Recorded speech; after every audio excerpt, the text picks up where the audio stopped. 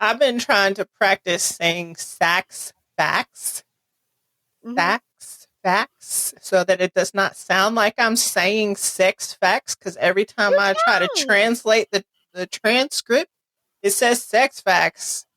Oh. I'm trying. Sax. That's your phone. Sax facts. Are you doing it on your phone or your laptop? On my laptop. What you be looking up? No, I'm trying to. I'm Shannon. And I'm Lisa. And you're listening to Blacktivities, a celebration of all things Black. Black culture, Black history, Black perspectives, and Black panache. Celebrating our Blackness doesn't mean exclusion. Everybody's invited, but you gotta come in and have a seat. So let the Blacktivities begin.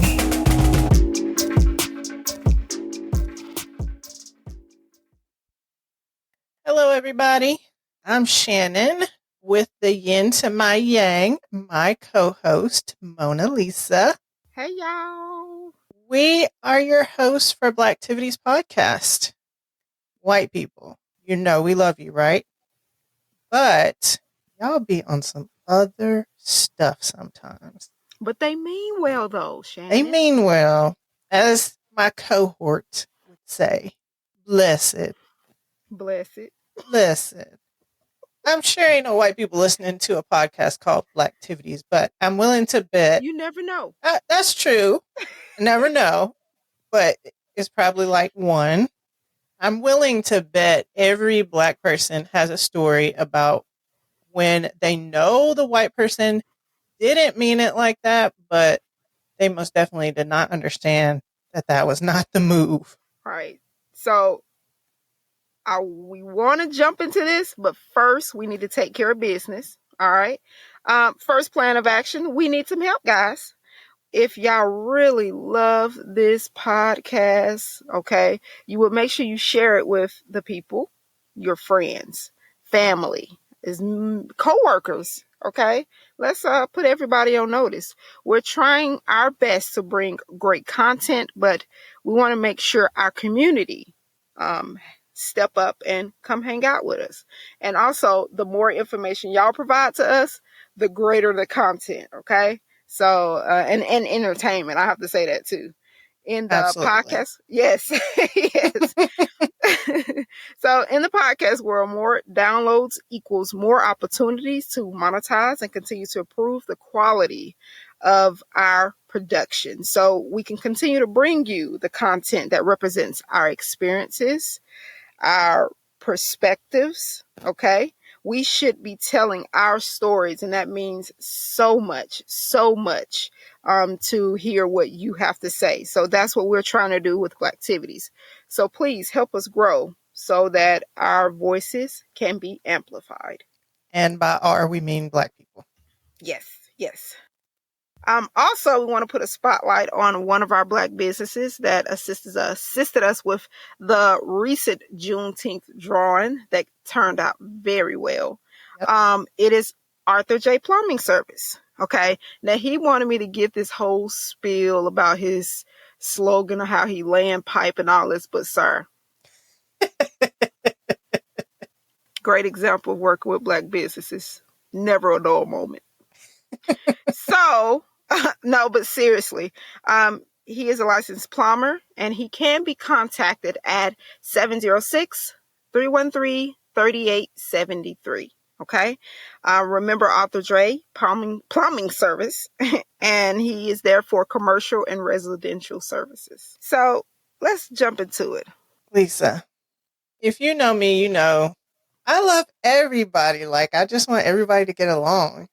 Mm-hmm. And I am really fascinated by cultural differences. Like, I even took a class at my church where they were teaching about cultural differences, and I really was like into it and enjoyed it.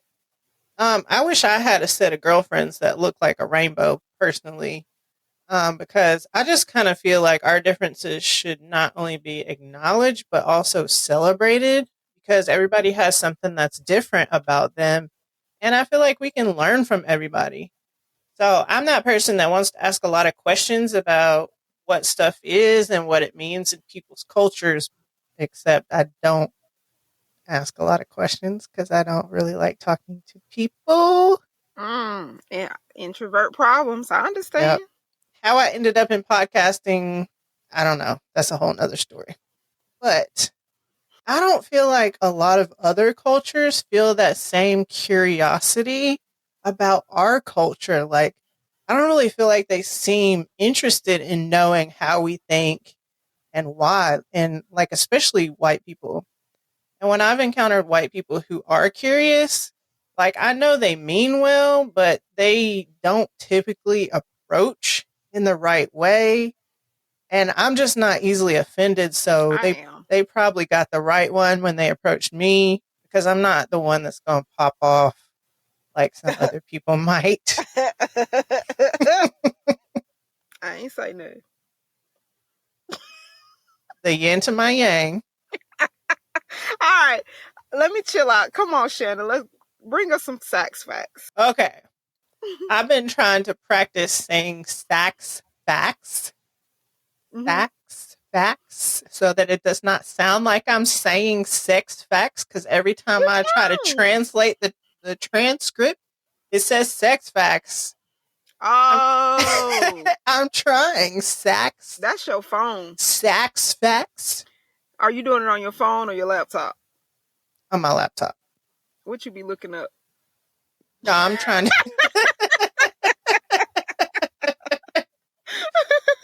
All right, No. my bad. Anyway, so here's sax facts.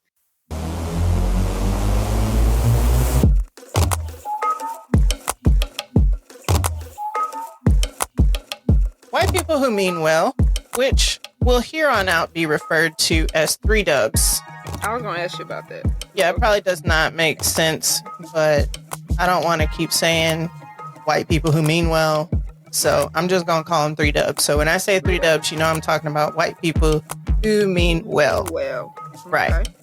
And let me put a quick disclaimer out there. We know, we're acknowledging you mean well. We know that you're not doing it on purpose. Right. Okay? We know this. But okay, I just want to put that disclaimer out there. That's come on. Bless your hearts. Yes. So anyway, 3 dubs have been around as long as we have in this country.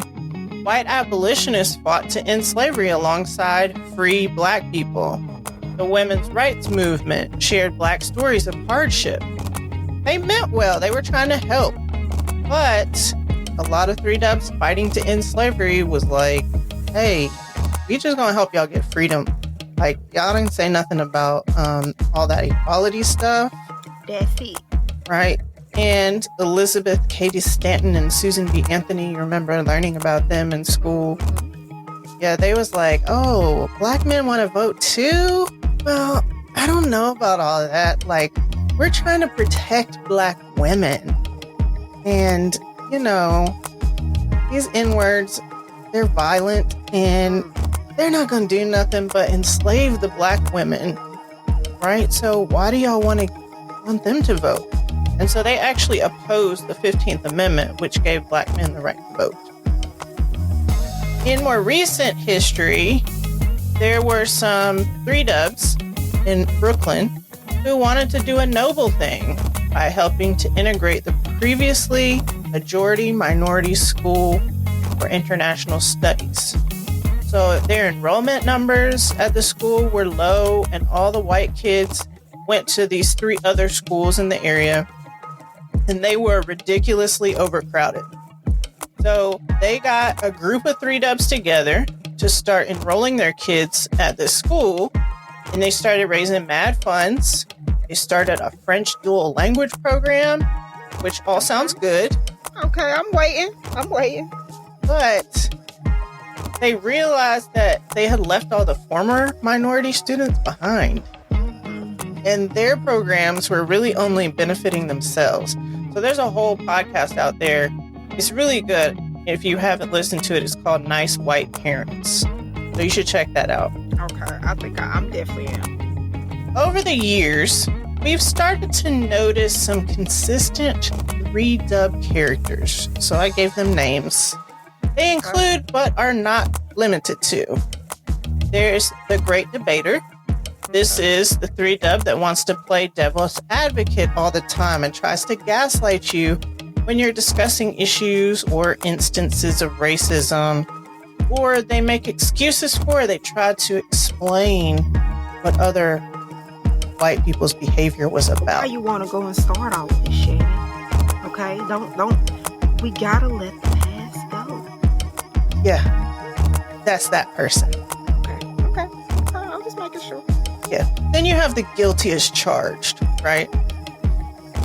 They are the master of white guilt. So they feel bad about how black people have been treated in the past and or things that they might have done to contribute to the structures of racism. And they just want to apologize for it. They might even cry or use the heaviness as like a cop-out to not have to always address structural racism. I had somebody tell me when all the racial stuff was going on in 2020, like, oh, it's just so heavy. How you think we feel? So heavy. Interesting. Yeah. Interesting. Let me tell you what else was heavy. That damn hose they turned on us. Right. That man knee on that man neck. Yeah, that was heavy. But okay, we digress. Then we got the teacher's pet. And that's the person who they are curious about things with black culture, but they want you to teach them about your plight. And they want you to tell them what they should do, but they may or may not do their own work. They just kind of put the burden on you to educate them on black history and black experiences. Interesting. Okay. We also have the, ooh, watch me, right? That's the person that wants to be seen doing anti-racist work, but they may or may not actually do anything of depth. They just want to be seen as a good person. And so they show up at all the protests and they participate in the social media wokeness campaigns. They're there so you can see that they're there. And then they leave. Yeah. And then we have the white savior. The white savior thinks that they know what's best for the black community and they know how to save them from all their pain and suffering. Most of them are politicians. Yeah. Okay. They probably don't actually listen to black voices or try to highlight them. They're just kind of like the hero coming in to save black people. Okay. Come on, white Jesus. Yep. And we have the I got black friends person. So this person swears that they're not racist. After all, their best friend is black and they don't have anything to do with slavery. They deny any privilege because they have struggles too. They may even swear that they experience reverse racism. Okay. And the last character is the I see you. Right? They want to make sure that you know that they see you, so they overcompensate. They always have to acknowledge you and your perspective. They bring up race when it's not even necessary, like it had nothing to do with race. And they're always commenting on how beautiful your hair and your skin is and any other cultural representation that you're displaying. Do you know any of these characters? It happens to me every day, baby girl, but go ahead. Well, that's Sax Facts.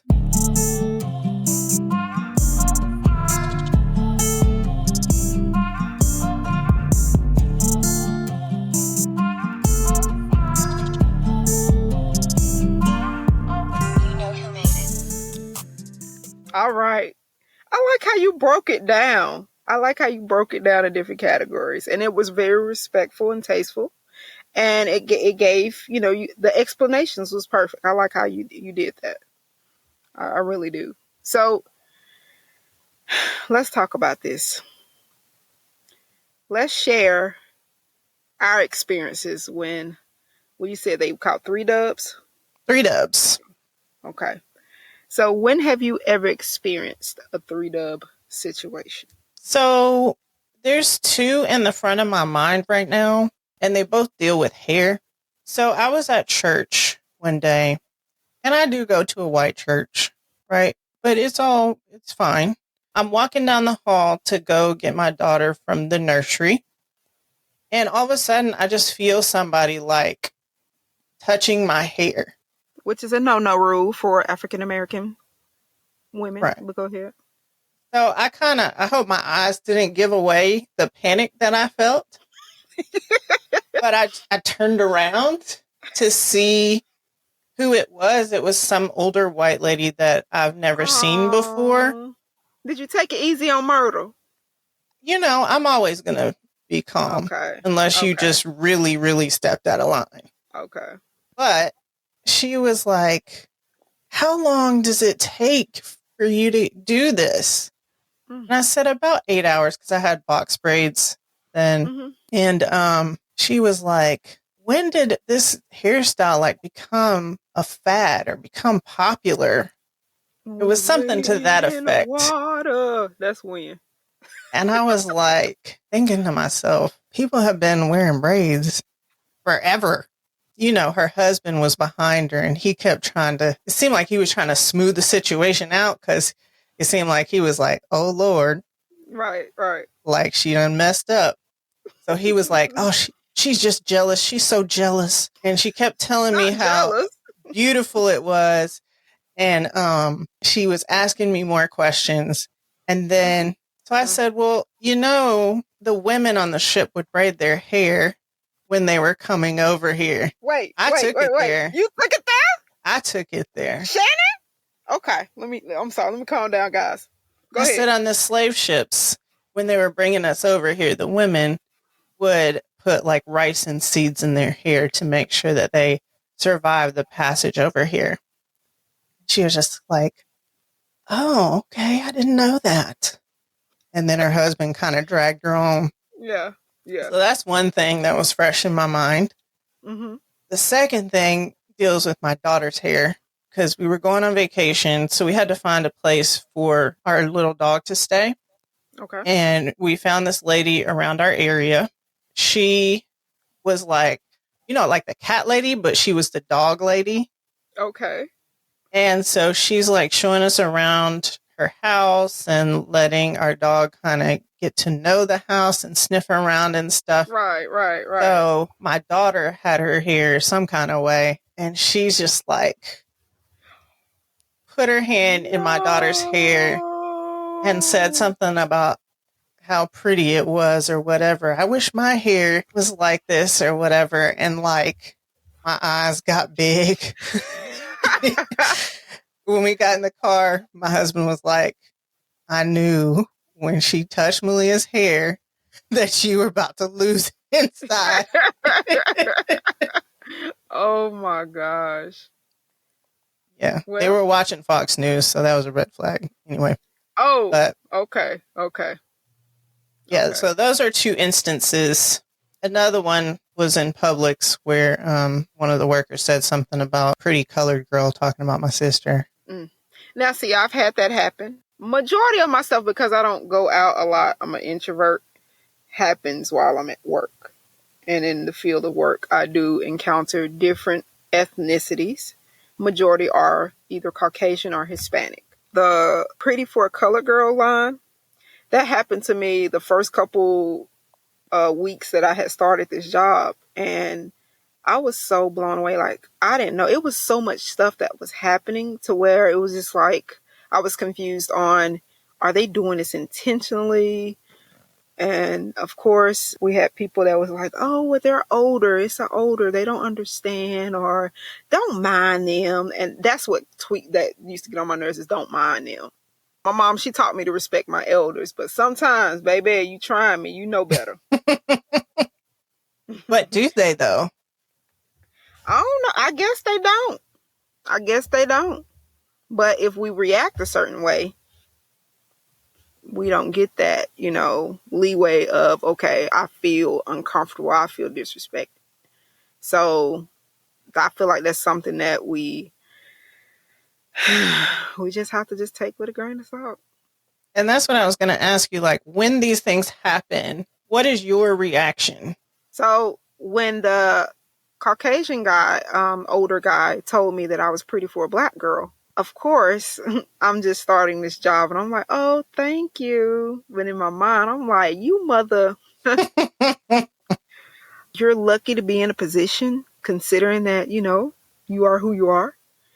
When I heard that, oh, I was finna tear the club up. But of No, course, that don't sound like that white person meant well. they mean well though. I did. I spoke with, and don't get, and I want to say for the record, just in case of anything pop off, for the record, all of these instances that do occur at work, I do report it, just so I have some type of record. But of course, Don't nothing happen. yeah, that same, oh, they didn't mean it. Don't mind them. They're older. So, of course, we have to swallow a lot. But my reaction is it used to go from grit my teeth and take it to I transition to getting angry to now, the person that I am right now, I'm Pearl Jr. That's my mama, her nickname Pearl. I find a witty way to acknowledge or make them think about what they just said to me, to where I'm still respectful, but I'm saying the same thing you just said to me. Because after I say it, it looks differently, don't it? So that's my reaction now. And, some of my coworkers, they hear me and they laugh. They like, oh my God, I wish I could, be as quick as you. But this is how it is now. You have to be that way. I don't get offended no more. I just give it to them how they give it to me. We ain't got time to be offended, baby. Yeah. Our skin color, we got a lot to prove. You would spend your whole life being offended. Right. And there was a period where mentally I did let it get to me. Like I felt down. I was about to quit my job. Like I was finna just let everything go. But then my mom and dad were like, oh, no, ma'am. No, you ain't the only person. And I felt offended when they told me, you ain't the only person this happens to. I was like, what do you mean? Honey, I clutched my pearls, but that was an adjustment. So they come in there and they say whatever they got to say. And I just be like, okay. Props to mom and dad for the reality check. Yes, they give it to me often. Sometimes it be too much. I'll be in a good mood and they call me with just a random reality check. Let me tell y'all, I'm humble AF because of my parents, because they don't play no games. You hear me? They put me in my place. I be thinking I'm on top of my game and they would call me and say, sweetie, let me remind you about this. And I'd be like, Jesus, let me just have this moment. Come on. But that's something we all got to do. We got to work on how we react to things. I do have this one guy, and again, he's a 3 He do mean well. He's the sweetest little man, okay? But he points out at every interaction that we're sisters, and he loves me. And it's just ridiculous the way the world is because we both bleed the same. And the first time I heard this from him, I felt like, okay, we're building a connection. I felt special that he was entrusting me, and he goes out of his way to talk to me. But then after the 20th time, it's like, what do you do? So he is the I see you person? Yes. When I cut all my hair off, he saw me, baby. He came over there, he saw me. But again, it's now I'm just because I know he mean well. And the way I react to it, I just say, yes, sir. Yes, I know. I just nod. Yes, we do believe the same. Red. Yes, sir. Mm-hmm. Nod and smile. And that's all you can do. That's the only reaction that you can have. I kind of try to use those moments as education. Mm-hmm. Hence my reaction to the woman. Right. Right. But at the same time, it's kind of like a smart comeback. Mm-hmm. Because she asked me about when it became a trend. But the thing about it is you answered her question, though. I did. But I probably answered it in a way that she didn't expect me to answer it. But she asked. And that's the thing. You can't come and ask questions and want to get the answer that you want to get. No, ain't nothing sugarcoated for us. You asked the question, so we're going to tell you. And I like the way you did that. I mean, you gave her facts. You wasn't petty like me. I think going to a majority white school, I'm just kind of used to it. Okay. And so it doesn't bother me. Mm-hmm. And see, that's the thing. When I moved to that school, like, it was a culture shock for me. I'm sure it was. Yeah, it was a culture shock. But I adjusted, though. I was the person at lunch that went from table to table, though. You know how everybody had that one clique, like all the nerds sit together? No, I talked to different people in school. So I had an assorted kind of like friends. So it was okay. And I still talk to them, girl. They be coming to see me. And that's dope. But anyway, you know me, I get off topic. Have you ever experienced that white guilt person that just kind of unloads all of their sins and shame about racism when they talk to you? Like, how do you feel about that person? I'm going to be honest. I've never had someone unload. Even when all the stuff was going on with the protesting and whatever in 2020, you didn't get people coming to you like apologizing or saying they felt bad because of, you know. They didn't apologize. It's just more or less they wanted to. I guess it was a mixture between the I see you and I got black friends. If I can refer to the definitions and the type of 3 dubs that you gave behavior. So the I see you is, oh, look at you, you're so beautiful, and have you heard what's going on? And then they'll just say, well, it's okay. Like they go out of their way to let me know that either their daughter, boyfriend is black, or they'll ask me, and again, they mean well, but they'll see my hair and be like, well, my daughter is pregnant, and yes, the whisper, that's what gets me. The whisper. We should incorporate that in there. You don't have to whisper, baby. It's okay.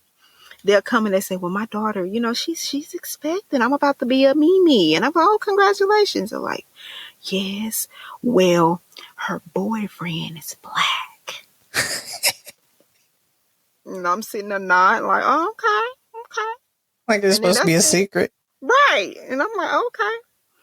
Well, I may need your help, though, especially when it comes to the hair, because I want to make sure we're doing the right thing. Then I'm so happy and proud. And I'm like, okay, I got you. We get the hair together and twist it up and stuff. Or someday I'll be like, yeah, YouTube got you. Just get on YouTube. Hey, that's my go-to.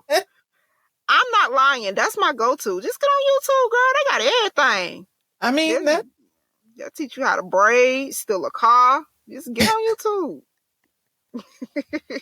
That's a good answer to kind of make them go do their own. Yeah. Like, that's it. So I think it's now time to have a little fun. What you think? I'm down. All right.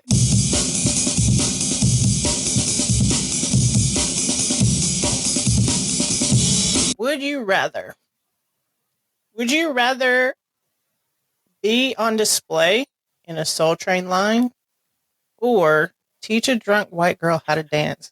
Because they always be asking you how to dance when they get drunk. Let me just do the Soul Train. I'll just be on display. Just watch what I do and then boom. I'll just be on display. I can't dance for real anyway. So ooh, I can't teach nobody how to dance. Well, baby, y'all get on YouTube. Get on YouTube, baby. You can it'll teach you electric slide. They got the new what's that Tamia dance going on. The Tamia dance. Get on YouTube. I'm so uncoordinated. Bless it. I haven't even tried the Tamia dance because I haven't either. I ain't even gonna lie. Let me tell you, I stopped line dancing with the cha-cha slide. I ain't got Cause girl, my knees ain't like it used to be. I get out there and I may like wobble or something like that, but then like maybe like a minute and 17 seconds in the song, I'm like, okay, they know I got rhythm, and then I'm out. Gonna be looking like Rick Ross. Oh, bless his heart, not knee still. That's my worst fear, is have my knees touched like that. But go ahead. Oh, you know what I just thought about? This video comes up every year. This is a perfect example of 3-dub mean well. The Caucasian lady that was teaching hip hop dance. And she was like, I pulled this from an African piece. In the African piece, their hands was like this.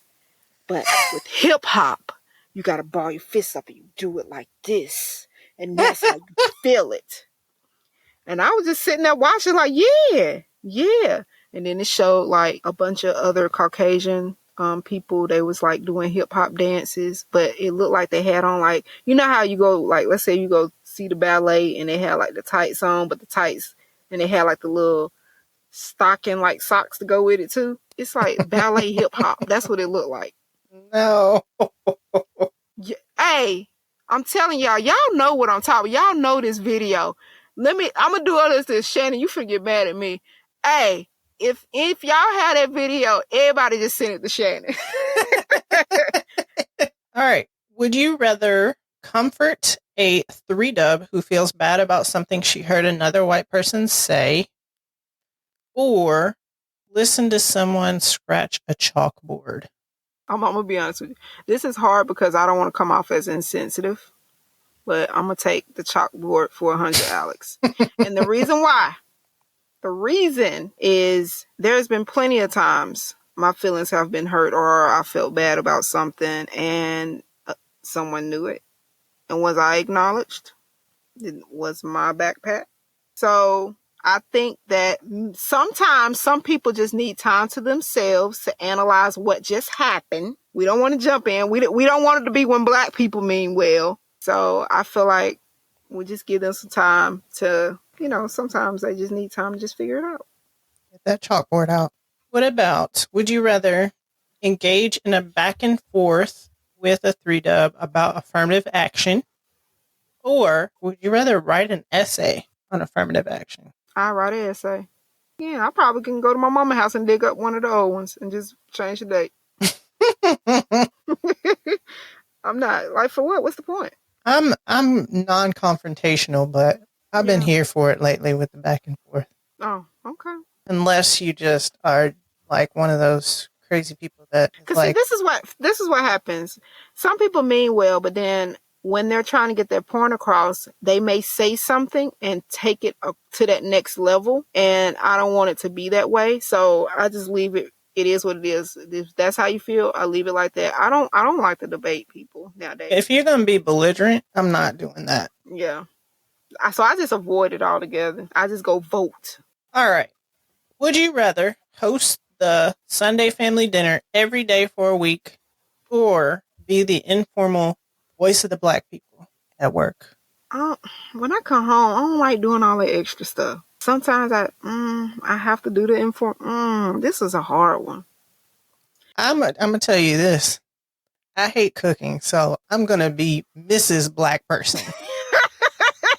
Hey, they gonna put that on your name tag, bro. Dang, that's hard, because I love my family, but I don't want to do all that every week like that. Yeah, I just take one for the team. Just give me advance. That way I have enough time to gather what I need to do. You know what I'm saying? And then I present it properly in the meetings, All right, the last one. Would you rather teach your white coworkers Black History 101, or listen to one of them try to explain Black History 101 to you? You know what? I would rather just sit there and have them. I want to know what they know. So I take the time to be quiet and just listen. It might be entertaining. Yeah, I'll take the time out because they may know some. So I'll let them explain to me. It may be informative to me. It may be something I don't know. So let's get it. Teach me. All right, then. All right. Okay, well, I think it's time for Lisa's Pieces.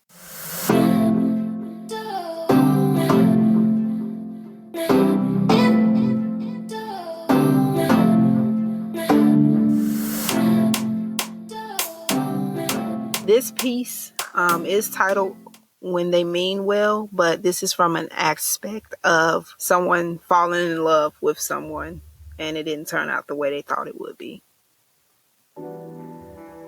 And I tell you, he held the door open for me. It led to him holding my hand What will they think? Those were the thoughts in his head. As the leaves went from green to different shades of auburn, orange, brown, eventually falling and laying there, unknowingly representing what was to come. What will they say? Lingered. Love was there, but the intention was not. The wet rain came and went, and the sun shined bright above my brow. Honey drippings, and he thought this was something clever but unclear. And that with that honey, the bee's knees, she thought they would be. Flowers swaying in the breeze. As time progressed, so did the distance between the two. As he said, he didn't know how to push through, unable to open up fully and disclose the truth. He ended her once beautiful smile because their skin was 2 shades of blue. Daddy wouldn't understand, and his mom would be uncomfortable, so it was best to let it lie so everyone could go their way and be who they are. Was that based on your daughter's experience? Yes, it was. Or your experience? Yes, something like that. So as we're drawing near the end of this podcast, I feel it's very important that we do acknowledge the differences. And due to the way of the world and how things are, we have somewhat accepted and have moved on. We have moved on and accepted the injustice, misrepresentation, and racism. We know you mean well, no matter the culture, white, black, Hispanic, Indian, and Asian. But sometimes common sense is common sense. Just relax and just be.